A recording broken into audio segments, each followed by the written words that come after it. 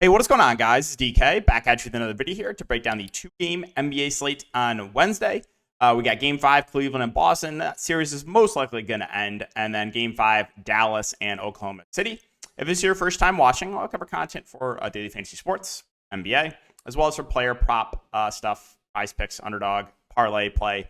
Parlay play, they're the sponsor of today's video. If you guys are not on parlay play, not, should be. You can use the link down below for a $100 deposit match bonus.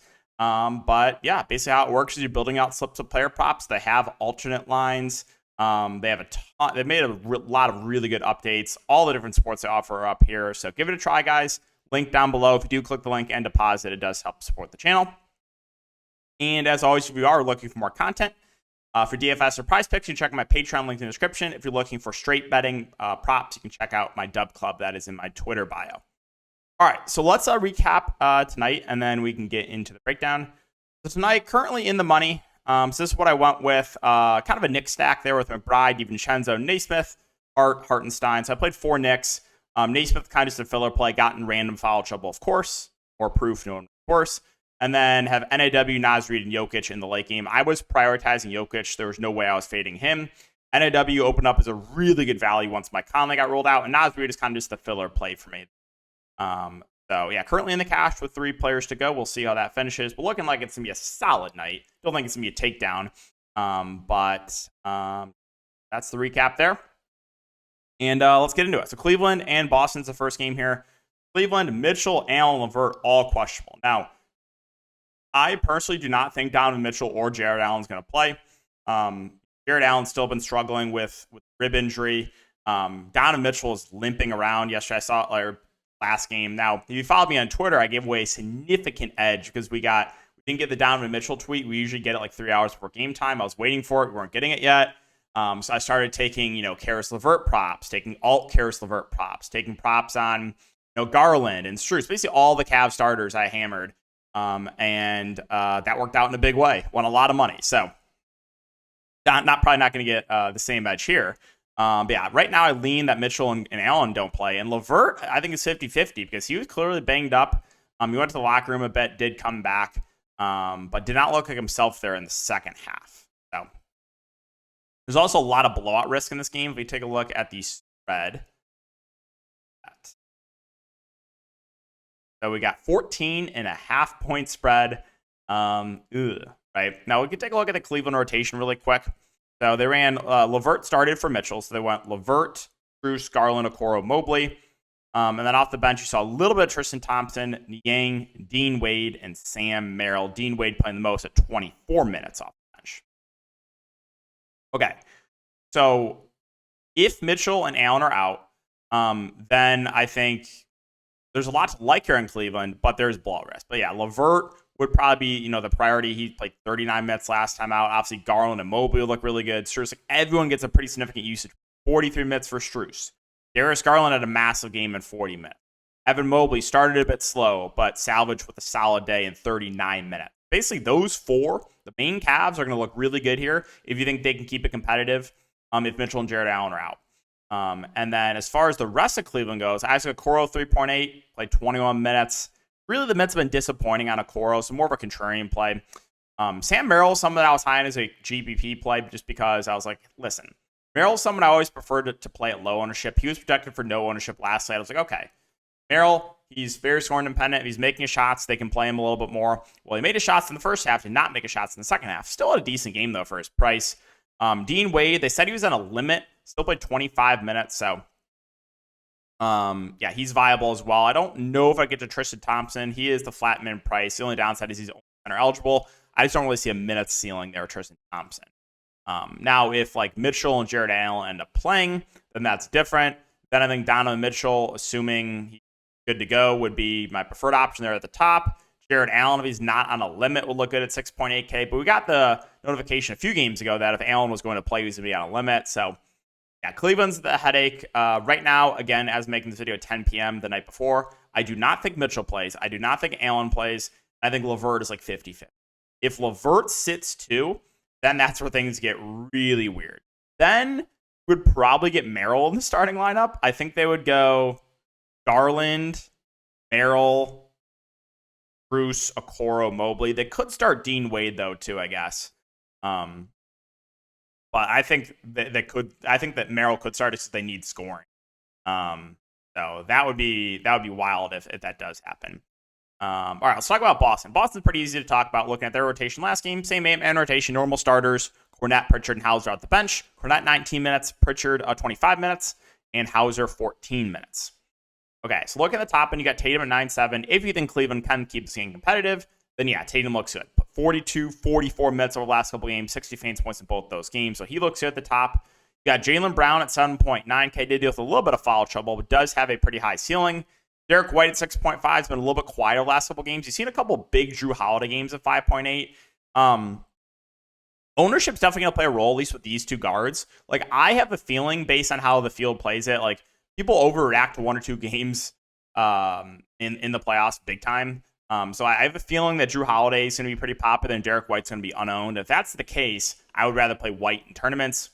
And then Al Horford's been really not good. He's not making his shots. He's getting open looks. 0 of 6 from 3, 0 of 4 from 3. I don't think he's going to get much ownership. I still have interest in him as a GPP play. And the reason is, do you think Horford's going to continue to shoot 0% from 3, right? One of these games is going to knock down a few threes. So even though he's been really bad, I still have interest in him at 5.3. And then the value plays are also interesting. So Pritchard is the guy that I like the best here because here's the thing with Peyton Pritchard. He's going to play in a competitive game, and he's also most likely going to play in a blowout. If this game does blow out, there's a good chance Pritchard closes in it. So 4K, Peyton Pritchard, I think is a pretty good value play. Luke Kornet, it's been a little bit up and down on him. Some games where David Tillman's played a little bit. Last game, it was just Kornet. He played 19.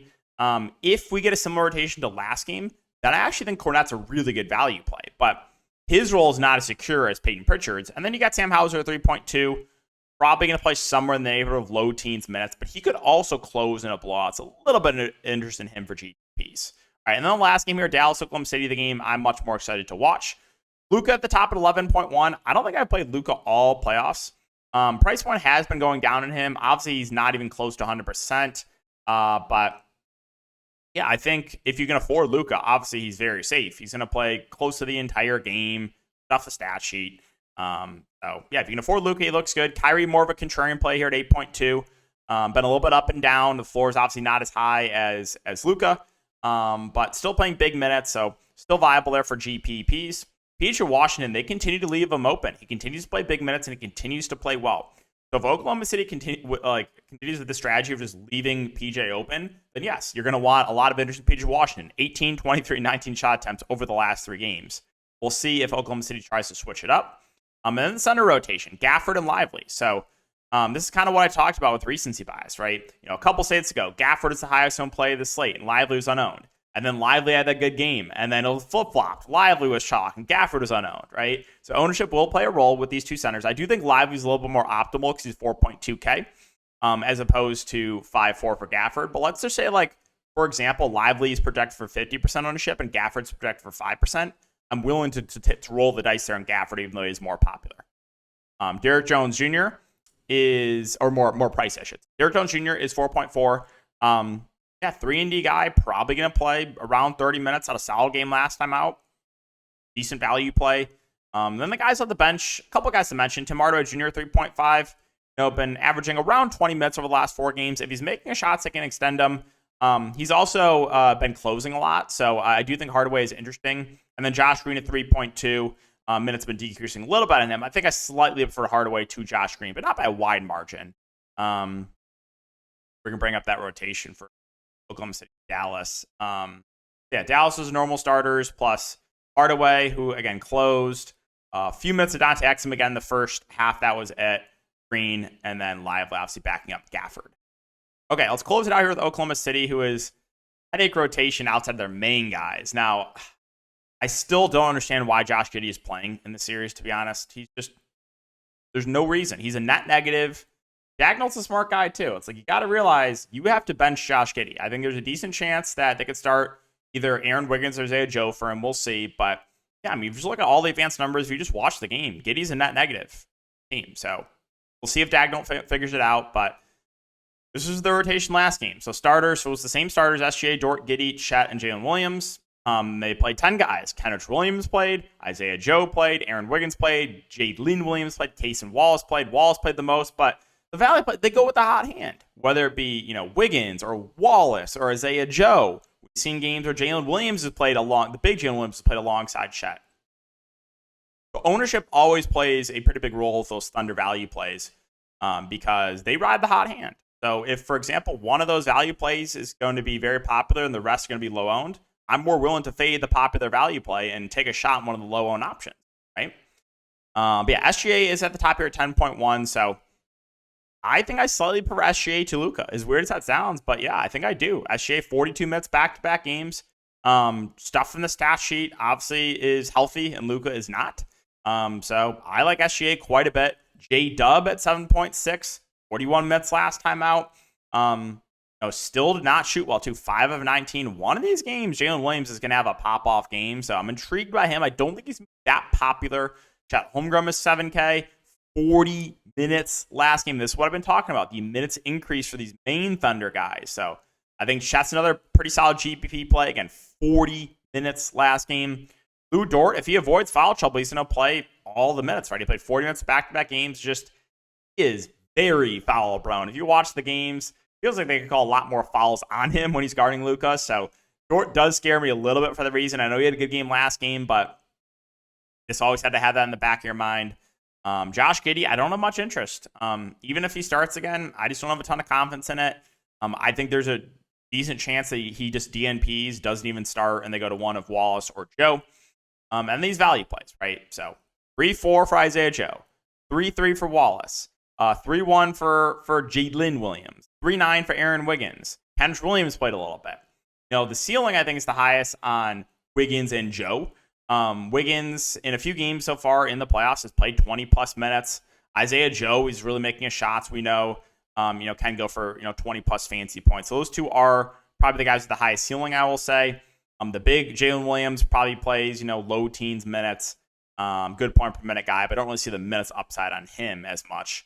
So yeah, we'll see. We'll see if Dagnall makes the correct decision in benching Giddey. If that is the case and Giddey gets benched, I personally think Giddey will DMP, and then that's going to make these value plays look a lot better. Wiggins, Joe, Wallace would probably be the main beneficiaries there if Giddey does get benched.